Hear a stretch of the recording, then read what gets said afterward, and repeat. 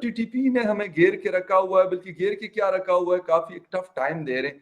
दूसरी तरफ बिलावल साहब जर्मनी में जाके वो कश्मीर और फलस्तीन की बात तो करते हैं, लेकिन हमारे यहाँ इंटरनल जो इतने सीरियस किस्म के इश्यूज हैं उस पर कोई बात नहीं कर रहा। अदालत में बाद में गए काजी साहब, इस मुल्क में जंगल भी यहाँ से बेहतर है, 1000 गुना बेहतर है। और दूसरी खबर जब मुझे मिली कि गिलगित बिल्तिस्तान के अंदर उन्होंने सीनियर वजीर को उठा लिया, फिर कर्नल बेग साहब को, सर बेग साहब, और जहां तक मेरी इंफॉर्मेशन के हिसाब से बेग साहब जो है वो पैसे देकर छूटे हैं। वो वैसे 99% ऑफ एस्टेब्लिशमेंट है, फौज तो मेरी है, उसकी वजह से मैं इधर महफूज बैठा हूँ, वरना भारत तो मुझे खा जाए कच्चा। इसके बावजूद उनका अपना जो स्टैंड है इंडिया का, वो अपनी बात पे सर कायम है। और वो ये देखते हैं, जिस तरह आपने भी बात की, कि वो कहते हैं कि हमारे नेशनल इंटरेस्ट में क्या चीज है, हम ये फैसला क्यों नहीं कर पाते। असल मसला ये है कि इस वक्त एक तरफ टीटीपी ने हमें घेर के रखा हुआ है, बल्कि घेर के क्या रखा हुआ है, काफी एक टफ टाइम दे रहे हैं। दूसरी तरफ बिलावल साहब जर्मनी में जाके वो कश्मीर और फलस्तीन की बात तो करते हैं, लेकिन हमारे यहाँ इंटरनल जो इतने सीरियस किस्म के इश्यूज हैं उस पर कोई बात नहीं कर रहा। हुकूमत लगता है ऐसे कर रही है कि शहबाज शरीफ साहब का मसला है इमरान खान, और इमरान खान का मसला है शहबाज शरीफ साहब या जरदारी साहब या फिर नवाज शरीफ साहब। देखिए, टीटीपी के हवाले से तो मैं फखर साहब, मुझे सबसे ज्यादा तकलीफ वो वीडियो देखकर हुई थी जिसमें हमारे एक आर्मी मेजर साहब के हाथ पीछे बंधे हुए थे, हमारे पुलिस के डीएसपी के टांग पर गोली थी।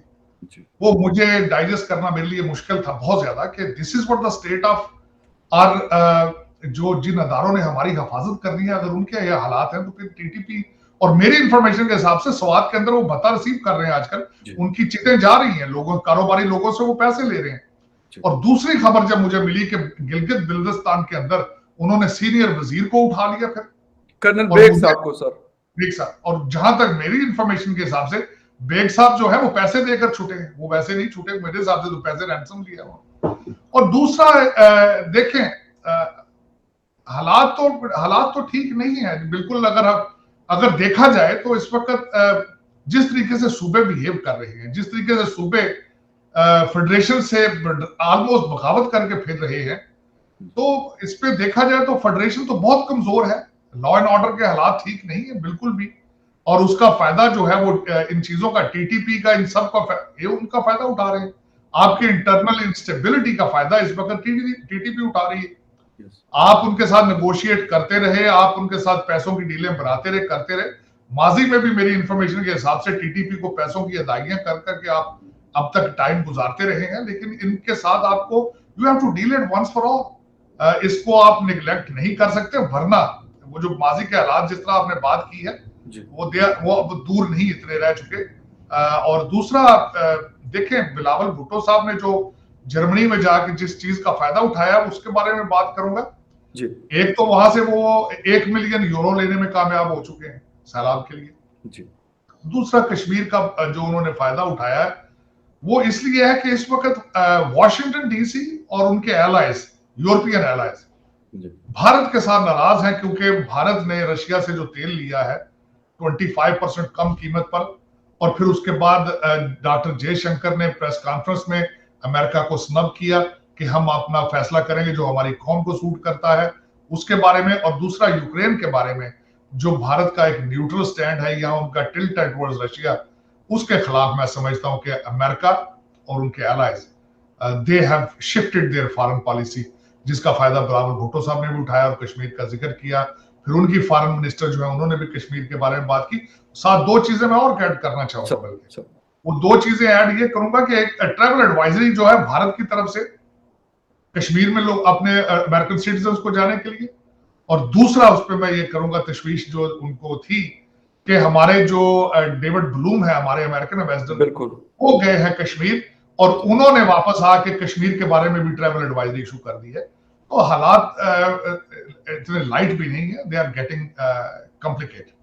अच्छा सर, ये वाली बात आपने कर ली कि मतलब डॉक्टर जयशंकर साहब की बात आपने कर ली कि अमेरिका के साथ उनके शायद वो उस तरह के हालात नहीं है या जो भी कुछ है, लेकिन इसके बावजूद उनका अपना जो स्टैंड है इंडिया का, वो अपनी बात पे सर कायम है। और वो ये देखते हैं, जिस तरह आपने भी बात की, कि वो कहते हैं कि हमारे नेशनल इंटरेस्ट में क्या चीज है, हम ये फैसला क्यों नहीं कर पाते कि वो देखते हैं हर चीज को। हालांकि अमेरिका को भी सर वो नाराज नहीं करना चाहेंगे, ना रशिया को करना चाहते हैं, और ना किसी और ताकत को करना चाहते, सबके साथ वो चलना चाहते हैं और शायद चल भी रहे हैं काफी हद तक। देखिए, उसमें आप उनके साथ उन जैसी पॉलिसी क्यों नहीं बना सकते? मैं उसकी सबसे बड़ी वजह तो ये है, वो दुनिया में जहां भी जाते हैं वो एज ए कस्टमर जाते हैं। आप जहां भी जाते हैं आप पैसे मांगने जाते हैं। आप उनके साथ आपका कंपैरिजन जो है बिल्कुल जाती हो। उसकी वजह ये है, और दूसरा उनका इन्फ्लुएंस दुनिया के अंदर। डॉक्टर जयशंकर भी यहां अमेरिका में थे, 10 दिन रुक कर गए, उनकी भी मीटिंग्स थी उनके साथ। यहाँ पे टोनी ब्लिंकन के साथ प्रेस कॉन्फ्रेंस थी उनकी, उसमें भी बातें हुई। उनका इन्फ्लुएंस जो है वो पूरी दुनिया जो है वो उसको निगलेक्ट नहीं कर सकती, इसमें कोई शक नहीं।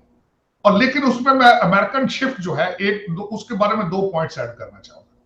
एक तो शायद ये टेम्परेरी सिचुएशन है कि भारत को सिग्नल दिया गया है कि if you behave like this we can do this.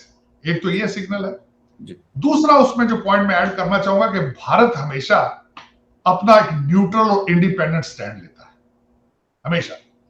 वो किसी दूसरे मुल्क को अपनी सरजमीन इस्तेमाल नहीं करने देता।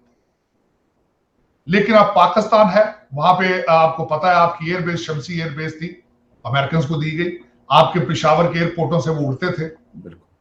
एक यहाँ पे वॉशिंगटन डीसी के अंदर एक ये भी स्पेकुलेशन आजकल चल रही है कि शायद अफगानिस्तान से निकलने के बाद America will be interested in having an air base in Pakistan.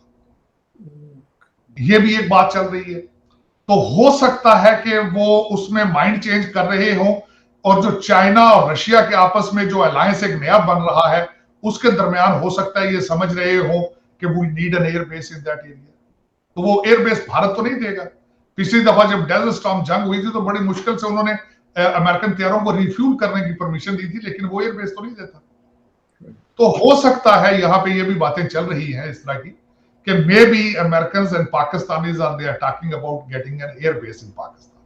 तो अब वो देखें, उस पे स्पेकुलेशन है। मैंने जिस तरह कहा कि इसके बारे में ये कहा जाए कि ये मुस्तनद है, लेकिन ये कि मैं क्योंकि मैं यहाँ मीडिया पढ़ता हूँ, यहाँ के मीडिया के बारे में बात मैंने किसी आर्टिकल में ही पढ़ी है ये बात। ये स्पेकुलेशंस हैं लोगों की, लेकिन इसके देखें, लेकिन एक बात क्लियर नजर आ रही है कि अमेरिका और वेस्ट की फॉरेन पॉलिसी में शिफ्ट आया है।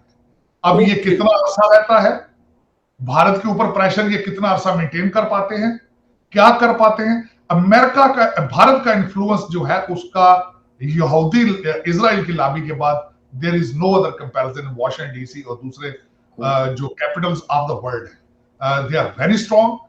वो अगर कोशिश करें तो इस शिफ्ट को चेंज कर सकते हैं बड़ी जल्दी। लेकिन अब ये देखें कि ये शिफ्ट जो है फॉरेन पॉलिसी का कितना अरसा मेंटेन करके पाकिस्तान के साथ चलते हैं। सर